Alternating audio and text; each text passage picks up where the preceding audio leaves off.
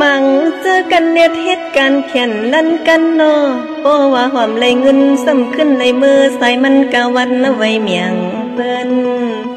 นอเพราะว่าใต้เลยเศร้าตีเมืองเปิ้นตื่นหน้าอยากมังก็มือเลยทามาหับเฮ็ดลูกเลี้ยงเปิ้นปัดเสร็จถูเฮิน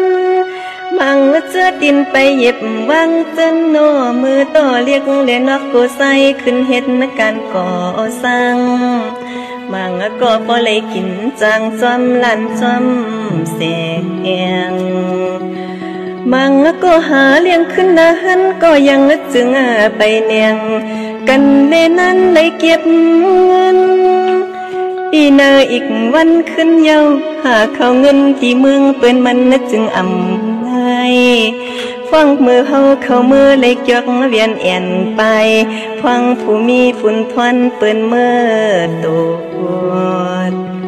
มังก็มือไปมือนี้ดำนดเศร้าช่างจอมตัดลอยตู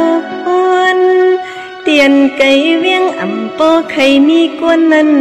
มือหับเมาสะตอส่วนอยู่สังฟังมือปามีเปิ้นวัดไว้ทางหัง